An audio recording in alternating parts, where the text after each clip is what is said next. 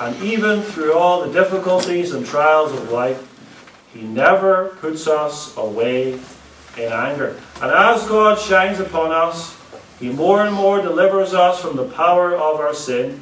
He sanctifies us. He makes us holy.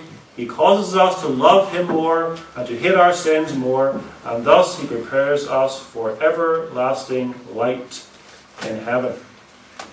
Continually, He shines upon us, cheering us along our way, maintaining our hope, reminding us of His love and faithfulness, and assuring us that our sins are forgiven for Christ's sake.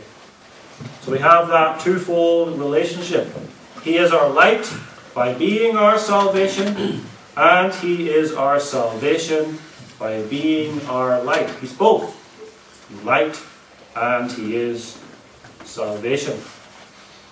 But notice too that light is antithetical. Light is opposed to darkness, and Jehovah is our light and our salvation by being darkness and destruction to our enemies. David does not say Jehovah is the light and salvation of everyone in the world, of the Philistines and the Edomites and the Ammonites and even of Absalom. No, He is my light and He is my salvation. And David is representative then of all those who believe in Jesus Christ in the covenant of grace. All those who are true friends of Jehovah. To them, and only to them, is God light and salvation. And because God is light and salvation to David, He loves David, He shows favor to David, He wills and accomplishes the salvation of David, and David will dwell in the house of the Lord forever. But the same cannot be said for Ahithophel, who also was a circumcised Israelite, who went and hanged himself. And the same cannot be said for Absalom, who was a prince in Israel. Had all of the favor, as it were, of being a prince in Israel. He had a wonderful education. He was the son of the king. He lived in a palace surrounded by riches and pleasure. But God was not shining upon him in light.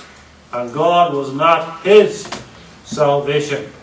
And indeed, God is the light and salvation of David in this way, by destroying all of David's enemies, all those who seek to kill him.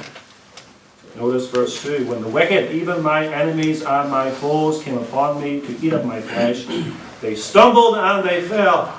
And they stumbled and fell because God, who is darkness and destruction to the wicked, caused them to stumble and fall, and they fell into everlasting darkness in hell. And God will destroy all of the reprobate wicked, the false church, the Antichrist, and the devil himself, because he is the light and salvation of his elect church. That's the antithesis. Light versus darkness. Who is this light and this salvation in whom David trusts? It is Jehovah. It is the God of the covenant, the faithful God of Israel. David then did not trust in or seek comfort from earthly things, from the fact that he was a king and had a palace and riches and honor and splendor. All of it now is taken away from him, and yet he can still say, I have light and I have salvation outside of myself in Jehovah God. Nor did he seek or find comfort in the other gods of the heathen. He was not tempted to go and worship Baal or Ashtaroth or Molech in the hope that perhaps that God would be light and salvation to him. He doesn't look within himself either He does not say, I am my own light. I enlighten myself by my own human reason. No. Jehovah God, only Jehovah God is light and salvation to David. Is that your confession? Is that my confession? That Jehovah God and only Jehovah God is light and salvation? Or do we find hope and comfort and pleasure in the things of this world, in riches, and in friends, and in family, and in everything else that this world has to offer to us? And when it's all taken away from us, when we have no friends because they forsake us because of our belief in the truth, when our family forsake us, when our father and mother forsake us, verse 10 says, where's our light and where's our salvation then? It must be where David was, in Jehovah God. We must not think that we can do it on our own.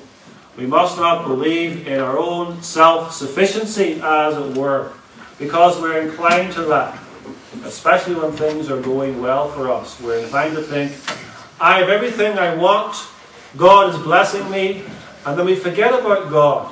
We no longer seek Him in prayer. We do not read His Word as faithfully as we ought. We are inclined to neglect His public worship because we think, I really have no need of God to be my light and my salvation. But only Jehovah can be light and salvation because He is the one true and living God of the covenant. He is the Almighty and the Sovereign, the Eternal and the Unchangeable. I am God. And only such a God, a sovereign God, can be light and salvation. Only a God who is dependent upon nothing and no one outside of Himself, and who controls absolutely everything in the world, can be light and salvation. Only a God who controls the big things, the rise and fall of nations, the so-called natural disasters of earthquakes and hurricanes, and even the evil deeds of men. Only one who controls the little things, every little germ that goes into your body, every circumstance of your life.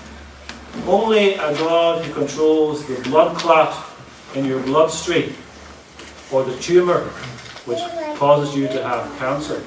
All of those little things must be under the control of God if He is to be light and salvation. A God who stands by helplessly as the world goes all horribly wrong around us, as war threatens and as natural disasters devastate the land, and as you become sick and face death.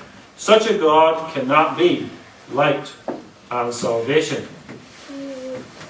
There's no peace, there's no comfort for David or for us if God is not in control of all things.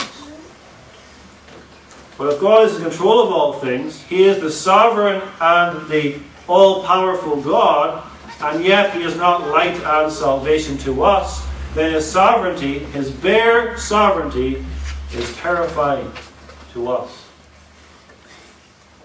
Almighty power which God has, directed toward our good and our salvation, is blessed comfort. But what comfort is there for the wicked? Because God directs His almighty power toward them too. But for their destruction, God controlled all of the little things in the life of David for his salvation.